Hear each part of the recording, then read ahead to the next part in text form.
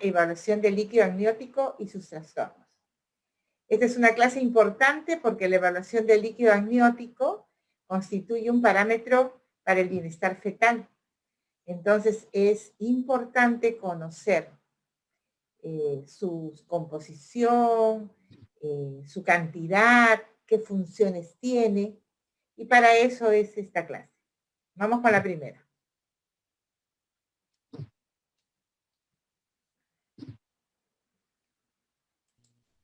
No pasa, ya está. Entonces vamos a ver lo que hemos estado diciendo, la definición, funciones, formación, composición, volumen, medición y cuando hay patología de este líquido amniótico. En la definición, ¿qué podemos decir? Es algo sencillo y claro. Es el fluido que ocupa la cavidad amniótica, rodea el feto y está contenida por las membranas ovulares. Eso es el líquido amniótico. Todo lo que está dentro de las membranas y que recubre al feto. Durante gran parte del embarazo, el líquido amniótico se deriva casi exclusivamente del feto y tiene un número de funciones que son esenciales para el crecimiento normal y desarrollo. O sea, no está por gusto el líquido amniótico ahí. Es importante para el crecimiento y desarrollo y bienestar del bebé. ¿Cuáles son los componentes? Casi todo es agua.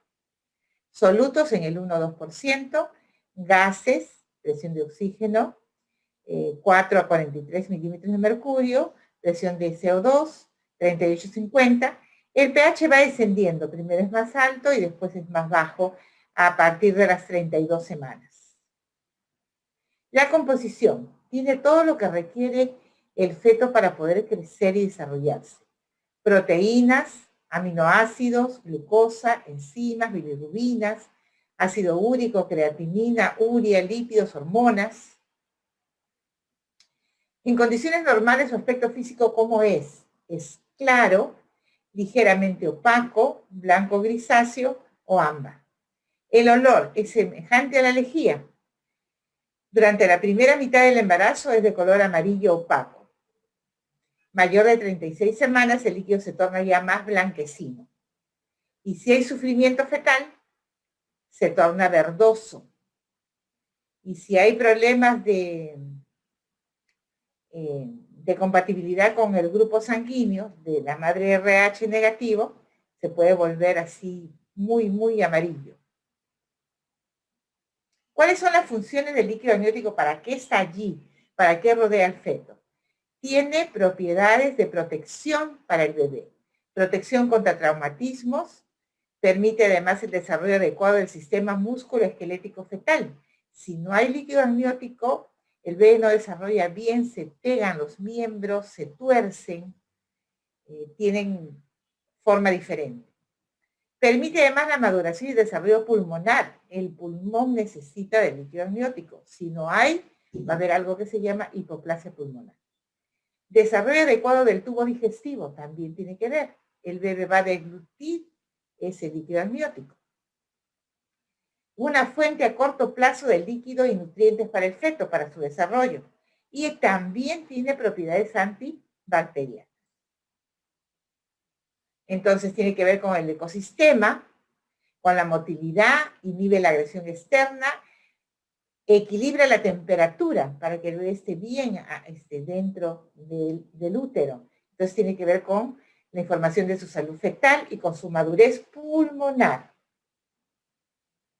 ¿Cuál es el volumen normal del líquido amniótico? Hemos visto que es variable. Es variable a lo largo de toda la gestación. El volumen del líquido amniótico aumenta desde cerca de los 30 milímetros a las 10 semanas. 2 semanas después de la fertilización ya comienza a presentarse un agujerito lleno de líquido que es la formación del líquido amniótico. De las 14 a 28 semanas es 50 mililitros por semana. Fíjense cómo va aumentando. 200 mililitros hacia las 16 y 400 a las 20 semanas. 800 mililitros de líquido amniótico como máximo a la semana 32 a 34, que es la mayor cantidad de líquido amniótico que mayormente se encuentra a esa edad, alrededor de las 34 semanas. Y luego va disminuyendo hacia la semana 42. Cerca del 98% de este líquido es agua, hemos dicho, 98% es agua, y un feto a término tiene pues la cantidad de líquido amniótico, tiene la placenta, casi todo hace 4 litros. El volumen insuficiente, ¿cómo se denomina? Cuando no hay volumen suficiente de líquido amniótico, se llama oligohidramnios. Y cuando el volumen es mucho, es excesivo, se llama polihidramnios. Algunos le dicen hidramnios también, así lo van a encontrar. Pero lo comúnmente es polihidramnios para cuando hay mucho líquido y poco líquido, oligohidramnios. ¿Cuál es la formación del líquido amniótico? Placenta y membranas, tiene que ver con su formación, la piel del bebé, el aparato urinario y el aparato respiratorio. ¿Qué diremos en cuanto a placenta y membranas? Es el gradiente osmótico e hidrostático que determina el paso del agua a los solubles. Por eso las primeras 20 semanas el flujo es de madre a feto y luego es de feto hacia la mamá. En la formación, de la primera a las 8 semanas hay transsudación del plasma materno a través del amnios. O sea, casi todo es de mamá. De las 10 a las 18 es un trasudado de líquido intersticial fetal a través de la piel fetal inmadura, que es muy finita en esos momentos, siendo pues su composición similar a la del líquido intracelular del feto. Entonces hasta allí funciona lo de el trasudado. Mayor de las 18 semanas el desarrollo fetal determina un engrosamiento y ya la piel ya va cambiando y queratización cutánea. Ya va a impedir la transudación a ese nivel. Entonces tiene que haber otra forma de que se siga formando el líquido amniótico. Entonces, a partir de las 18 semanas, ojo con esta edad importante, ya va funcionando el riñón y el pulmón. Entonces, la diuresis fetal, la orina fetal, constituye la parte fundamental del líquido amniótico. ¿A partir de qué edad? 18 semanas. 30% del peso fetal, 7 mililitros a 600 cuando se llega al término. ¿Cuál es la evidencia y certeza? Que en los problemas de los bebés que tienen agenesia renal o oclusión de las vías excretorias hay oligohidramnios. Entonces, en el aparato urinario, a las 18 semanas aporta 7 a 14 mililitros por día, a partir de la 18. Antes de la 18 es el trasudado de la piel de la madre, ¿no? A las 25 va aumentando 60 mililitros por día y al término 600 mililitros por día, casi todo orina. Pero también interviene la parte pulmonar, fluido traqueal, las secreciones del epitelio del tracto respiratorio, 50-80 mililitros por día, hay fosfolípidos y la surfactante, también el trasudado de líquidos entre la sangre fetal y la cavidad amniótica a través de la placa corial placentaria, el cordón umbilical y la piel fetal, es una vía intramembranosa. ¿Cuánto da? 40-50 mililitros por día al término. Y el trasudado materno a través de las membranas ovulares, 100 mililitros por día. También aportan, pero más es por la orina fetal. ¿Y cómo es la eliminación del líquido amniótico? De la semana 18 se autorregula por el propio proceso de trasudación. Y la vida media del líquido amniótico a partir de las 18 es de 90 minutos. En 3 horas todo el volumen va renovándose. La deglución fetal, ojo aquí, interviene y es importante en la eliminación.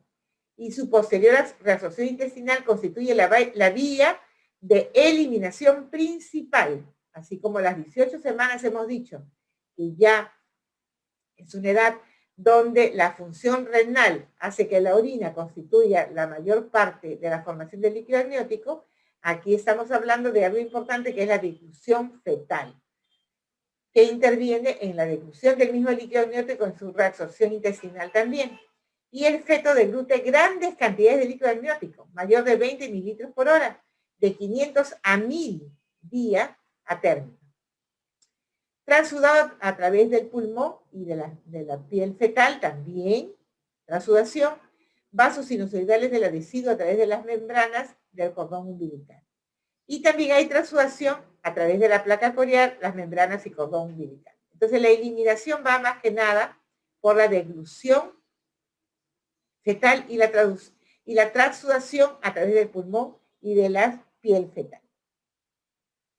Entonces, la reabsorción depende fundamentalmente, que hemos dicho, del aparato digestivo.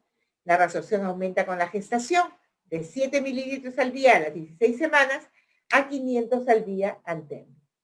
Va aumentando, esa es la idea fija, ¿no? Es probable que los oligoamnios o oligohidramnios o el polihidramnio sea el resultado de un adecuado control de los mecanismos de regulación entre la absorción, la formación, más que un error único en la vía de producción o eliminación.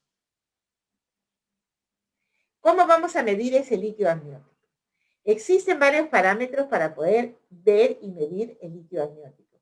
Hay criterios semicuantitativos de la columna vertical máxima, o sea, el pozo máximo vertical medido en centímetros nos puede dar una idea de cuánto líquido amniótico hay, cuál es su volumen y según parámetros de la ecografía nos da si es normal o no.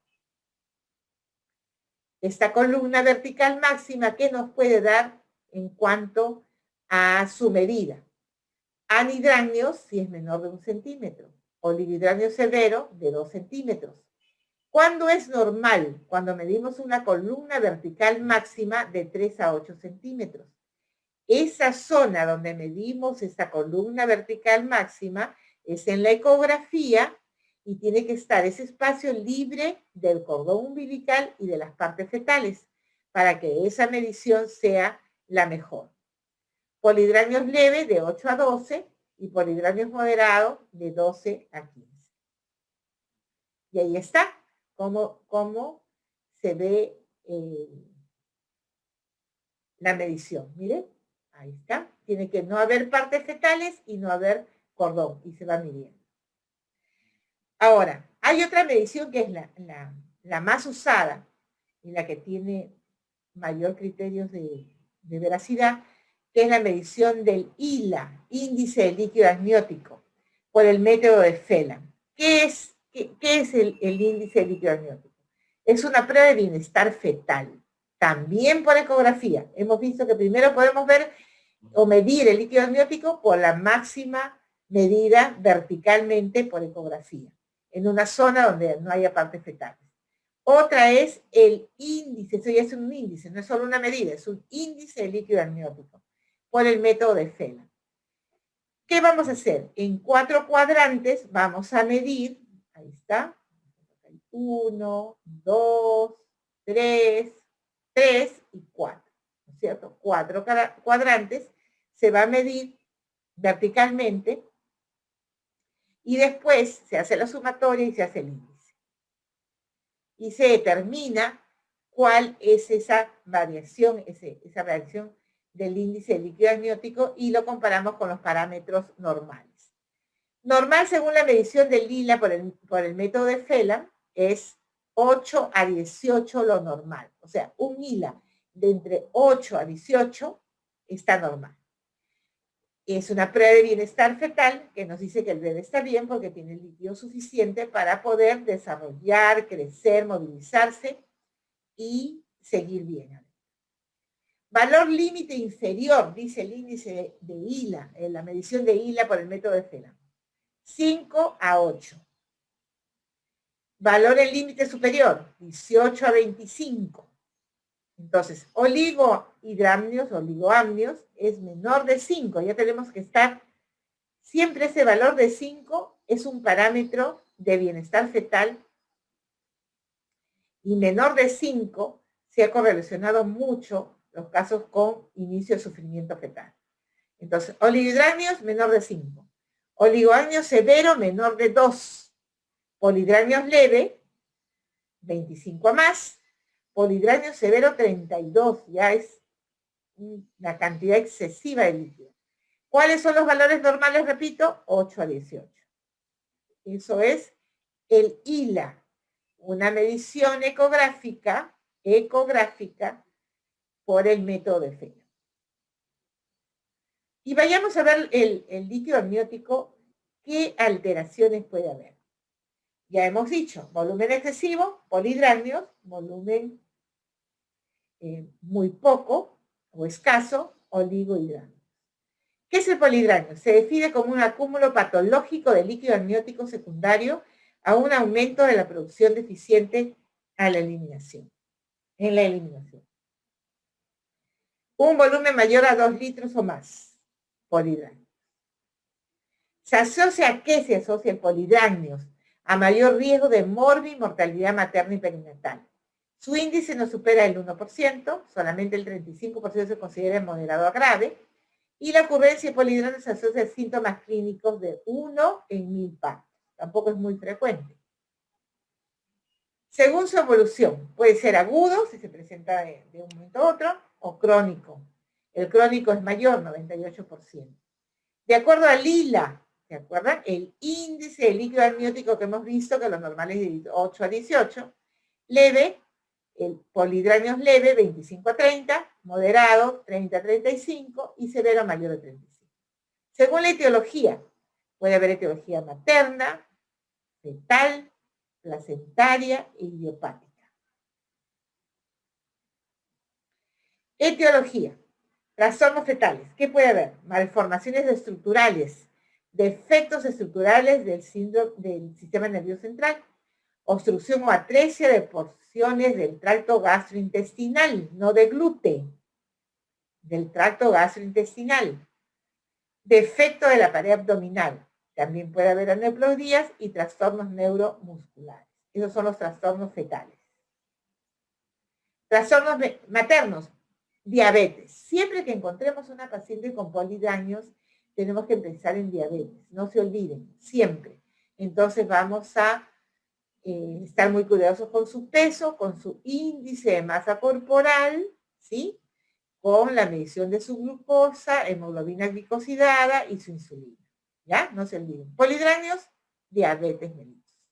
Trastornos combinados, isoinmunización también, anemias congénitas, infecciones congénitas y idiopáticas, que es bastante alto, hasta 60%.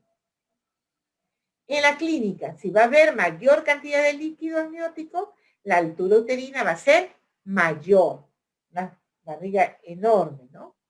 Síntomas de compresión o de distensión, aumento de peso, edema abdominal y vulvar también puede haber.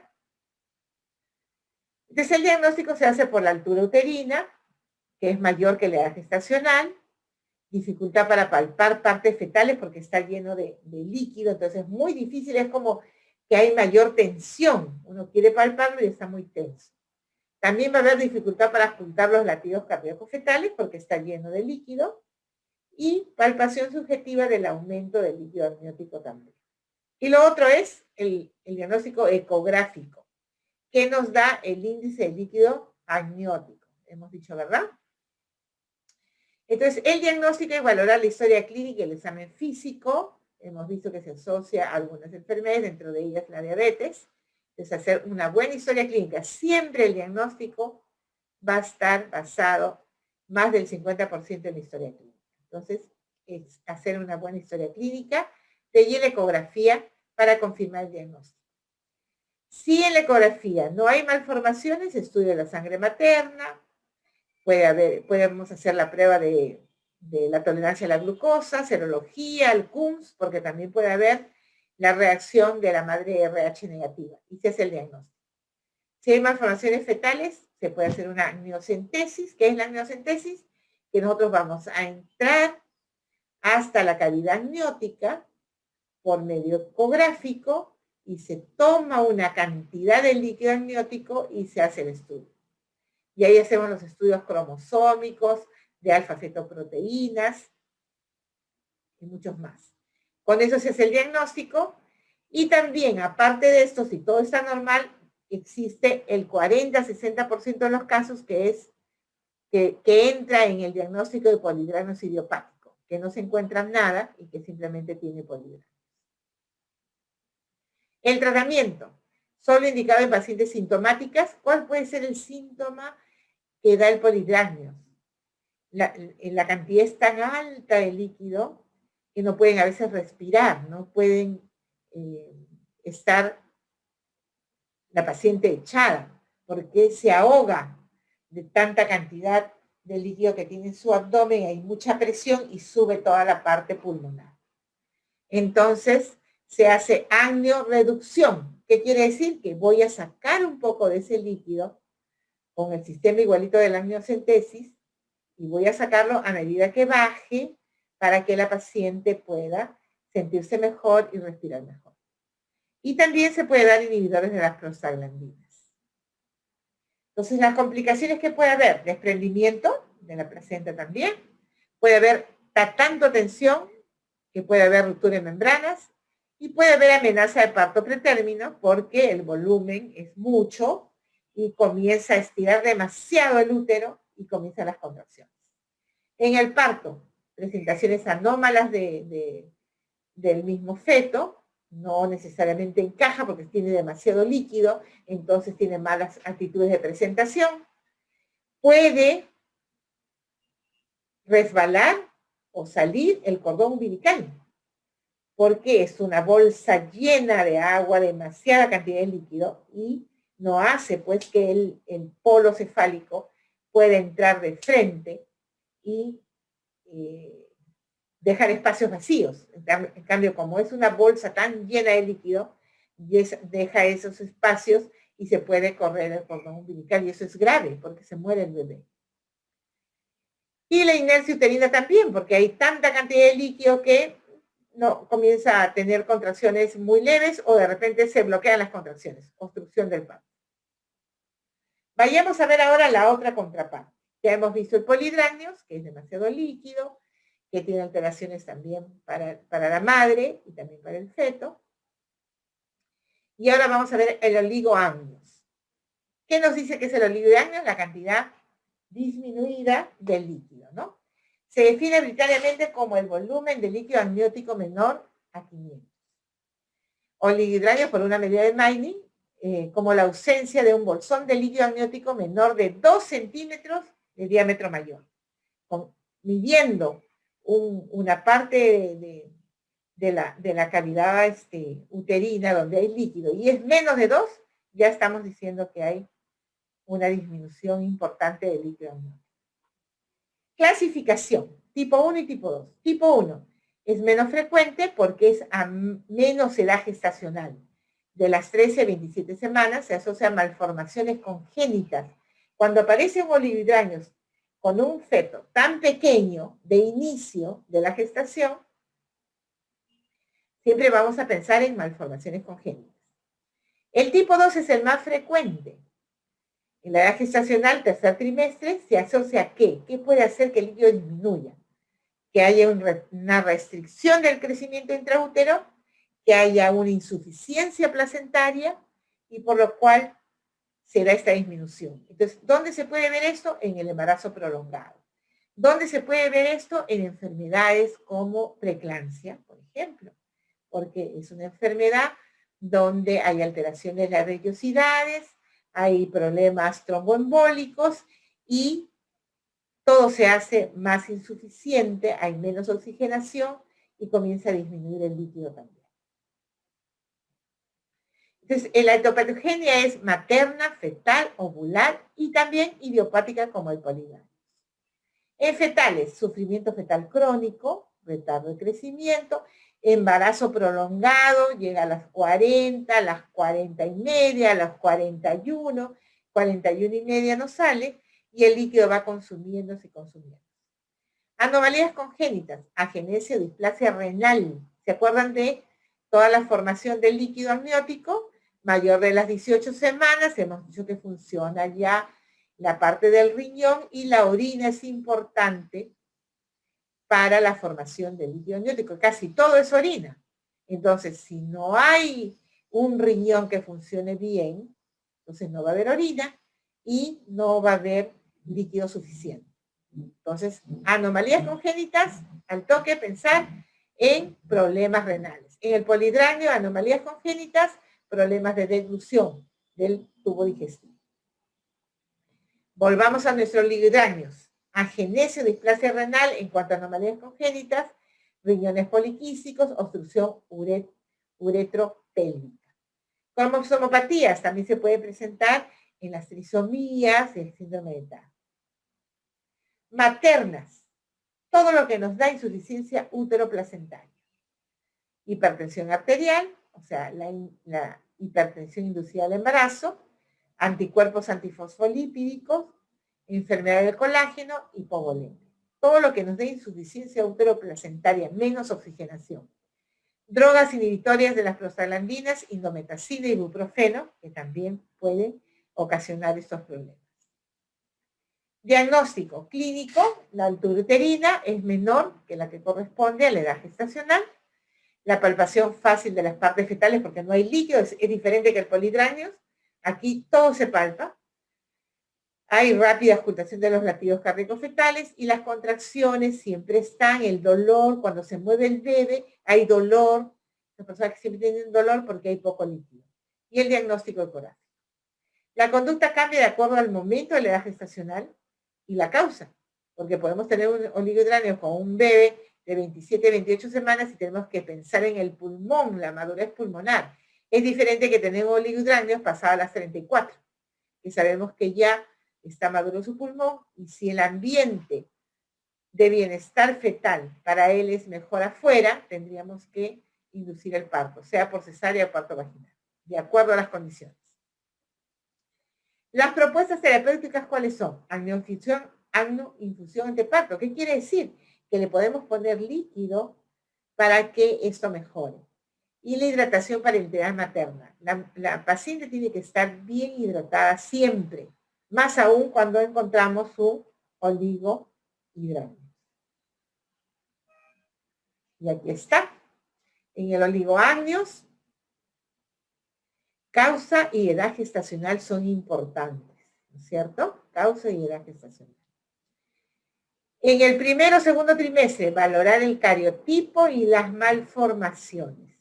Aquí cuando no hay líquido, los miembros se pueden pegar, se pegan, se obstruyen, se deforman.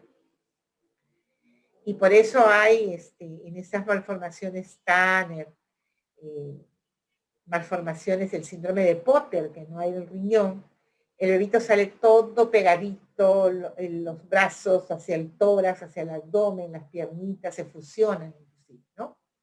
En el tercer trimestre, extracción fetal cuando exista madurez, manejo conservador con hila de 5 centímetros, ¿se acuerdan del 5 centímetros? Ya hay algo de alteración del bienestar fetal cuando tenemos un hila menor de 5. No tomar medidas agresivas hasta que exista un hila menor de 2. Menor de 2 es ya se denomina oligohidranio severo. Y el deterioro del perfil biofísico. El perfil biofísico es una prueba de bienestar fetal donde se va a medir, especialmente importante acá la prueba de perfil biofísico es el lila. Se va a ver los movimientos corporales, se va a ver el tono, o sea, la postura del bebé, los movimientos respiratorios y cómo reacciona al estímulo externo, ¿no? El bebé, cómo reacciona para ver la función neurológica. Eso nos da el bienestar y la prueba de perfil biofísico, que es una prueba de bienestar fetal. El oligohidranio es aislado a término. ¿Qué puede ser? Las evidencias recientemente acumuladas sugieren que en presencia de un feto de tamaño adecuado para su edad gestacional, con bienestar fetal demostrado con un Doppler umbilical y en ausencia de enfermedad materna, el oligoamnios o oligohidranios no se asocia con un aumento de incidencia de mala evolución. Podría ser entonces idiopático. La inducción del parto a término por ese motivo debe ser reconsiderada. Es que a veces hay discusión en si dar parto vaginal o no a un bebé que tiene poco líquido. Pero ya estamos viendo que este líquido se tiene que ser bien medido y nos va a ayudar mucho las pruebas de bienestar fetal, que son el índice de líquido amniótico y el Doppler fetal y la prueba de perfil biofísico. Si es menor de 2, menor de 1, ya ese bebé no puede estar allí porque no está respirando bien. Tenemos problemas del pulmón, no se puede mover, Entonces, no vamos a ejercer un parto vaginal, porque las contracciones uterinas también son un trauma para el bebé. ¿Por qué no son un trauma cuando el bebé está con un líquido amniótico normal?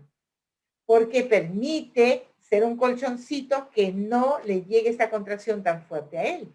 Le aísla esa contracción.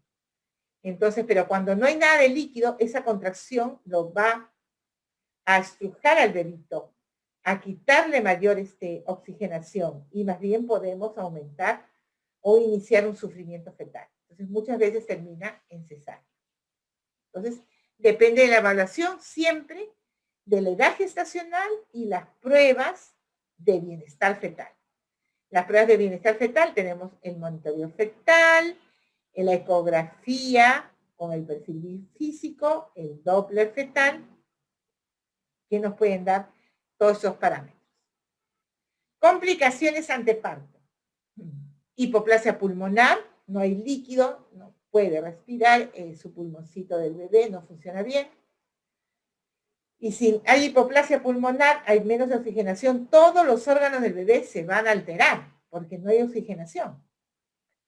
Deformaciones ortopédicas, la fascia de Potter, todo pegadito, retardo de crecimiento intraútero. En el intraparto, hipoxia fetal que puede ser tan severa y llegar a la muerte. Y compresión del cordón que también aumenta la hipoxia fetal. Muy bien, esa es la bibliografía, más que nada basada en el Williams. Entonces, ¿qué podemos decir para hacer el resumen?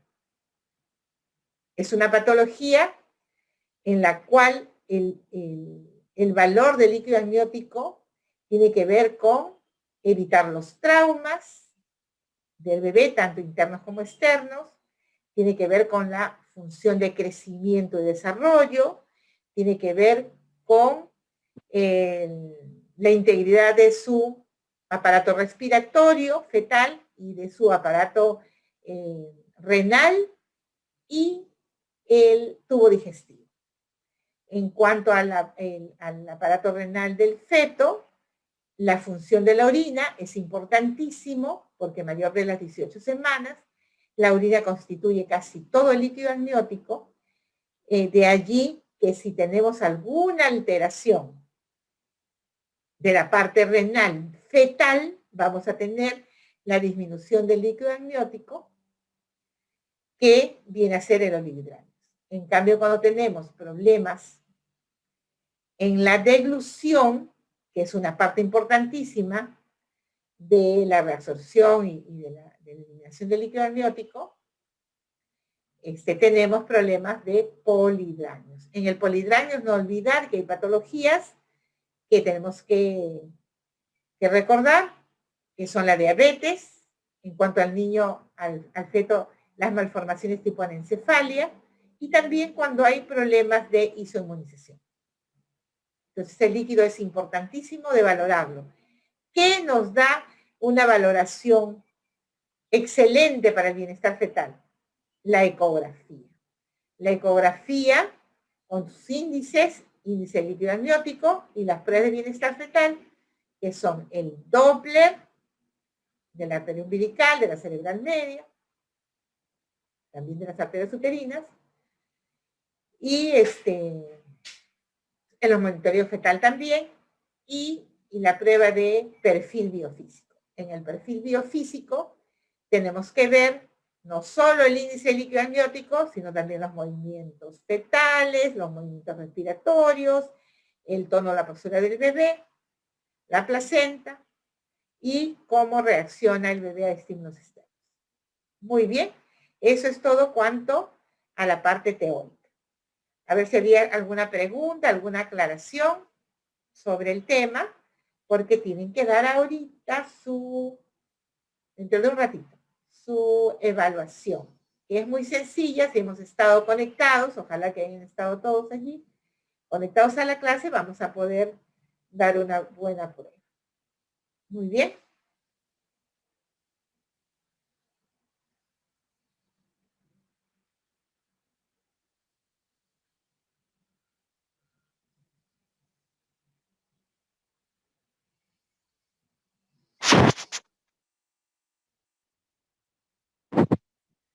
A ver, chicos.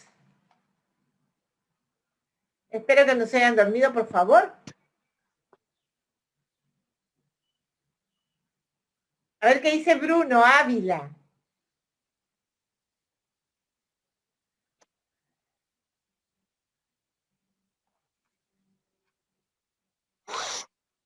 ¿Bruno está? Sí, acá lo veo. María Alessandra, ¿cómo está? Doctora, Hola. ¿Quién es ¿qué María tal? Alessandra? Sí, Hola, María Alessandra. doctora, en el chat hay una pregunta, ¿se A la leo? ver, a ver, léemelo. Dice, ¿podría repetir la medicación por ILA? No, no lo pude entender completamente. La indicación, La medicación, dice. la Por medicación. ILA, ahí es. La medición, doctora. Ah, la medición.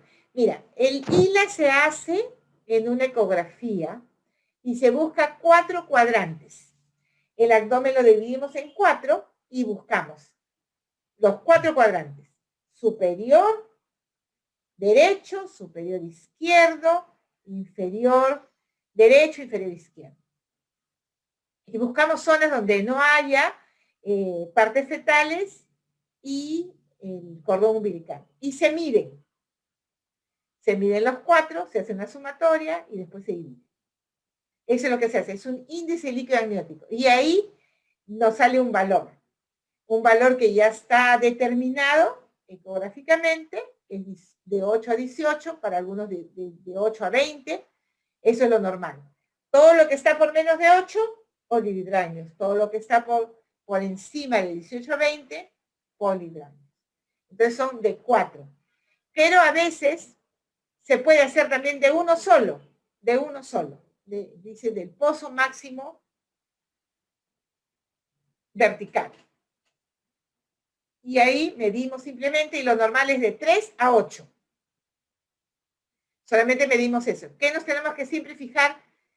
Que busquemos una zona donde hay líquido amniótico. El líquido amniótico en la ecografía se ve negro, ¿no es cierto? Es líquido, agua, se ve negrito. Y medimos en forma vertical cuánto mide. Si es de 3 hasta 8, está normal. Si es menor de 3, las cosas no están bien, puede ser un oligohidráneos. Y si es mayor de 8, puede ser un polihidráneos. ¿Por qué hay que tener? ¿Por qué digo puede ser? Porque la ecografía tiene que ser hecha por gente que se especialice en esta rama de la ginecobstetricia, que es un mundo aparte de la medicina fetal, y tienen que tener una capacitación especial. No es que ya está el aparato y yo mido todo. No, no, no. Entonces, es mucha experiencia, mucha práctica, conocer los índices, conocer el aparato donde estoy haciendo yo la ecografía, porque puede variar sus mediciones y todo, ¿no? Entonces, de allí que pueden haber diagnósticos falsos, ¿no? De polihidranios y oligohidranios que nos obliga a veces a tomar decisiones equivocadas. Entonces, tiene que ser hecha por un personal entrenado y especializado.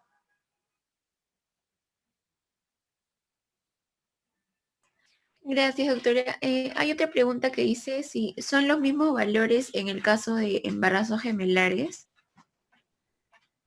En el caso de embarazos gemelares hay mayor cantidad de líquido, pero son iguales los valores,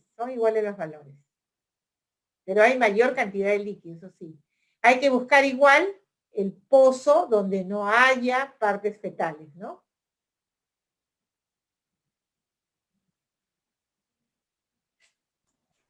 Ya, doctora, gracias. Bueno, en el chat ya no hay... Ah, no, Ya no sí. hay otra. Sí, hay más preguntas. Dice, ¿podría repetir cuáles serán las complicaciones del polihidramios? En el polihidráneos hay mayor tensión, ¿no? Tenemos una cantidad excesiva de líquido. Ustedes imagínense ahorita, el bebé está nadando, pero en demasiado líquido. Y ese líquido que está, o sea, está en una bolsa y adentro está el bebé, está dentro del útero. Entonces el útero también está en bastante tensión. Si está en bastante tensión, a la placenta la puede desprender. Esa es una complicación. Otra, si está con tanta tensión, el útero, por la cantidad de líquido que hay, puede iniciarse las contracciones uterinas. Y si está en tanta tensión, muchas veces puede romperse y venir la ruptura prematura de membranas, ¿no? Ahora, la ruptura prematura, acuérdense que puede ser por eso, pero también puede ser por infecciones, que es lo más frecuente, ¿no? Tenemos RPM, o ruptura prematura de membranas, cuando las membranas, la bolsa amniótica se rompe antes de las 37, es ruptura prematura de membranas. Casi siempre hay una invasión bacteriana que hace que estas membranas tengan mayor zonas de debilidad y por eso se abre. ¿Ya? Pero esas son las complicaciones que hay. Gracias, doctora. A ustedes. Bueno, creo que ahora sí ya no hay más preguntas. ¿Ya? ¿A qué hora es su examen? ¿El post es de la teoría, doctora, o el examen Sí, parcial de...? el post es de la teoría. 9:50. Ah, todavía falta entonces. Sí, doctora.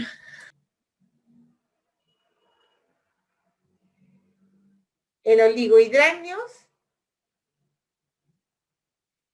cuando es en la primera y segunda mitad del embarazo, siempre hay que buscar que no haya, al menos en la primera, el primer trimestre, siempre hay que buscar malformaciones. Y estas malformaciones siempre tienen que ver, casi siempre, con el sistema renal o neurológico también. Y cuando es en el tercer trimestre, hay que valorar mucho la cantidad exacta y las otras pruebas de bienestar fetal para poder determinar la salida del bebé. Porque un embarazo con poco líquido es una alteración que le puede hacer mucho daño a un bebé, porque está oxigenando menos. Vemos mucho en los retardos de crecimiento intraútero y en la preeclampsia, que es una patología muy frecuente en nuestro medio y de consecuencias muy severas. Entonces, no hay que dejar de lado cuando tenemos una paciente con poco líquido. Hay que hacer controles cada 15 días o a veces el personal que hace medicina fetal, inclusive cada semana, para ver cómo va. Y si con las pruebas de bienestar fetal tipo Doppler, que es importante, o perfil biofísico, se ve que el bebé no está en las mejores condiciones dentro del útero, se madura el pulmón. ¿Con qué se madura el pulmón? Con corticoides, ¿no es cierto, chicos?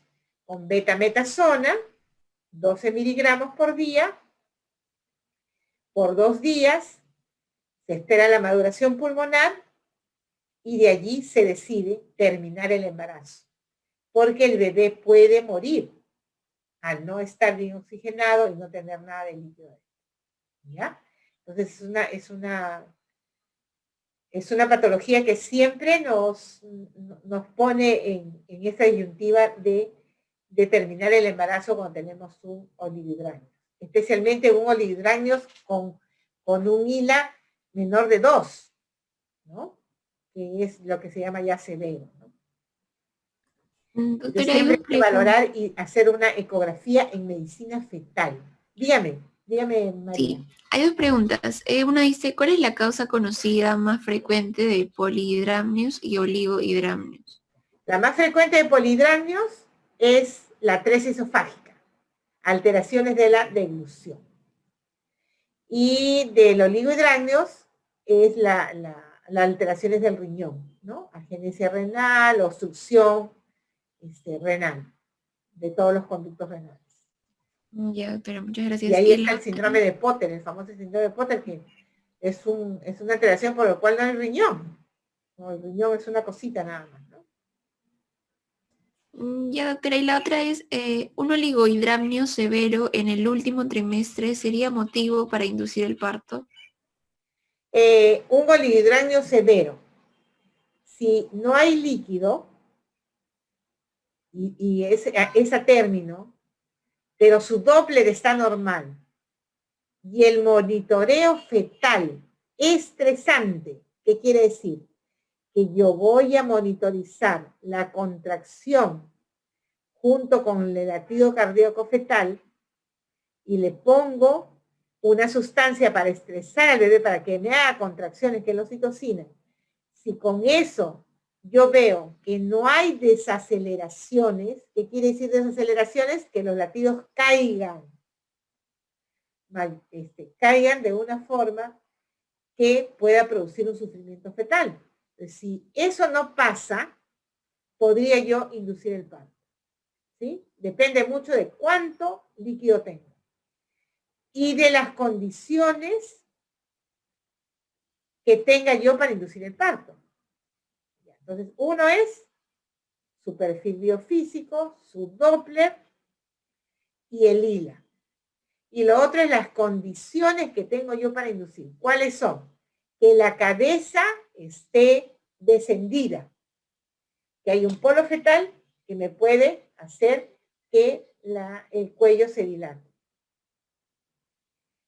Que la pelvis sea buena, ¿sí? Que la pelvis sea buena.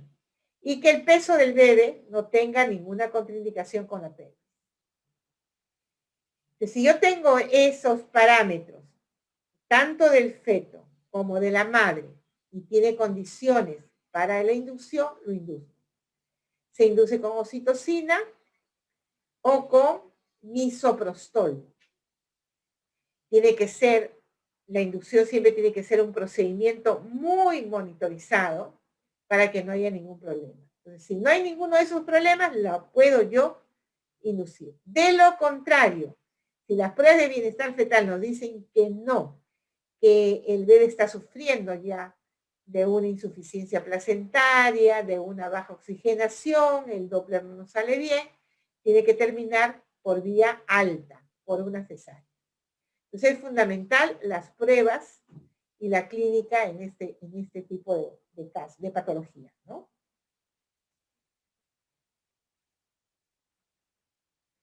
Gracias, doctora. Bueno, hay un comentario de una compañera. A ver, ¿de quién? ¿Cómo se llama? Valeria Olivera. Valeria Olivera. Sí, bueno, solamente la felicita por la buena clase que nos ha dado y que explica bastante bien. Creo que es el sentir de la mayoría. Estaba preocupada por sus exámenes. ¿Cómo han estado en el examen, chicos? Bueno, el doctor mencionó ¿Han salido bien? Sí, que solamente hubieron 4 desaprobados y el promedio general ha sido 16 punto algo. Ya, ajá. Ya. Ha venido de las clases teóricas. Sí, doctora. Ya. Han dado un examen en medio de toda una conmoción social, ¿no? Que también afecta, quieran o no, afecta todo eso. Sí, estábamos preocupados por el examen de ustedes, pero bueno, tenemos que volver a tomar las riendas y ponernos pilas y hacer lo mejor que se puede este año para salir muy bien. Acuérdense que de eso depende su entrada para que vayan ustedes a hacer su internado, después su salud, su residencia. Así que a estudiar es lo que nos queda, chicos. A estudiar y estudiar muy bien. ¿Ya? Muy bien, entonces si no hay ya preguntas, ¿terminamos la clase? Sí, doctora, me parece que sí, no hay más preguntas. Bien, doctora Pinto. ¿Quién es? ¿Quién me habló? Relativamente corta, ¿verdad? Pues no hay mucho que... No escucho. ¿Alguien me habló? Está bien, doctora Pinto, del doctor Sandoval. Ya. Muy bien, chicos.